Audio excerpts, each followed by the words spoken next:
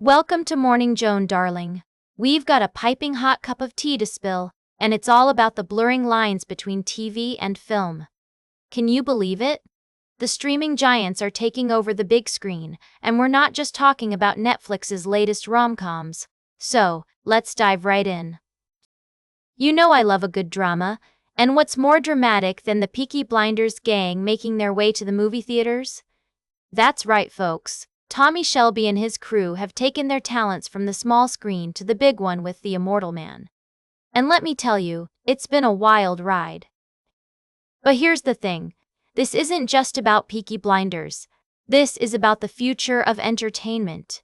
With streaming services like Netflix, Hulu, and Disney+, the rules are changing. They're not just producing content for our living rooms, they're taking over the cinemas. And it's not just limited releases, we're talking full-blown, big-budget movies. Now, I know some of you might be thinking, Joan, what about the die-hard fans? Don't worry, darlings, Netflix hasn't forgotten about them. In fact, they've announced 2 new seasons of Peaky Blinders, set in the post-war era with a new generation of Shelbys. But let's be real, how long before that show gets a movie spin-off? I mean, we've already seen it with The Mandalorian and K-pop Demon Hunters. The question is, can these streaming services balance the needs of their dedicated fans with the desire to attract new viewers? It's a delicate dance, folks. Ben Woods, an analyst at Media Research, says, cinema still has this ability to drive anticipation, hype, excitement, and scarcity around entertainment. And it does so in a way that platforms just can't do. But what about the fans who feel like they're being left behind? We'll be discussing all this and more on today's show, so grab your coffee, get comfortable, and let's get ready to spill some tea. We'll be right back with more tea on Morning Joan. Welcome back to Morning Joan. We're diving into the world of Dungeons & Dragons, where the tables have been turned and a self-proclaimed dragon master is taking the reins.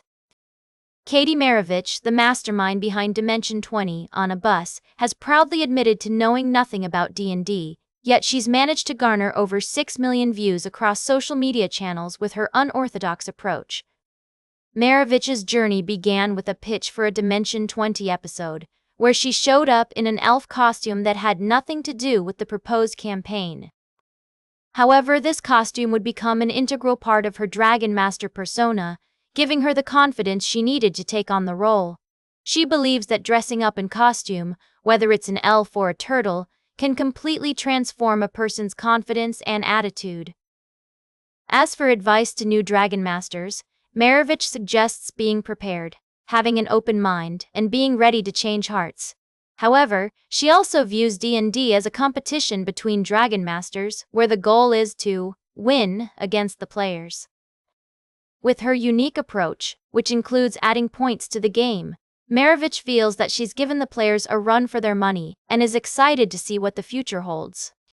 Maravich's success has been impressive, with her first season ranking 9.910 on IMDb, and she's not afraid to speak her mind about those who didn't give her a perfect score. With her confidence and charisma, it's no wonder she's become a fan favorite in the world of D&D. As we wrap up this segment, it's clear that Katie Maravich is a force to be reckoned with in the world of Dungeons & Dragons. Will she continue to shake things up with her unorthodox approach? Only time will tell. Welcome back to Morning Joan, darlings. Can we talk about the latest attempt to bring high art to the masses? I mean, who needs the actual Sistine Chapel when you can experience it at a mall in New Jersey?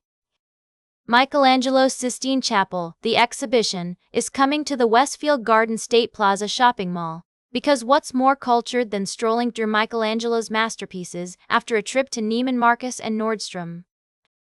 Now, I know some of you are thinking, Joan, this sounds like a fabulous idea. Who wouldn't want to see Michelangelo's paintings without the crowds and long flight to Rome? And to that I say, please. It's like saying a picture of the Mona Lisa is just as good as seeing her in person at the Louvre. I mean, trust me on this, darlings, there's no substitute for the real thing. But hey, if you can't make it to Rome, I suppose this exhibition is better than nothing. And who knows, Maybe the immersive experience will be so good that you'll forget you're surrounded by food courts and department stores. The press release promises vivid detail and advanced printing technique, which sounds like a fancy way of saying they've got some really nice posters. And let's not forget the company behind this exhibition, SEE Global Entertainment, has brought us such cultural touchstones as the McQueen Provocator experience and the Disgusting Food Museum. So, they're basically the Met of mall exhibitions. In all seriousness, though, if this exhibition gets people interested in art and culture who might not have been otherwise, then I'm all for it. But let's not pretend that it's a substitute for the real thing. Face it, darling, there's no replacement for experiencing great art in person. That's all for today's Morning Joan. Remember to like, share, and subscribe, and until next time, stay fabulous.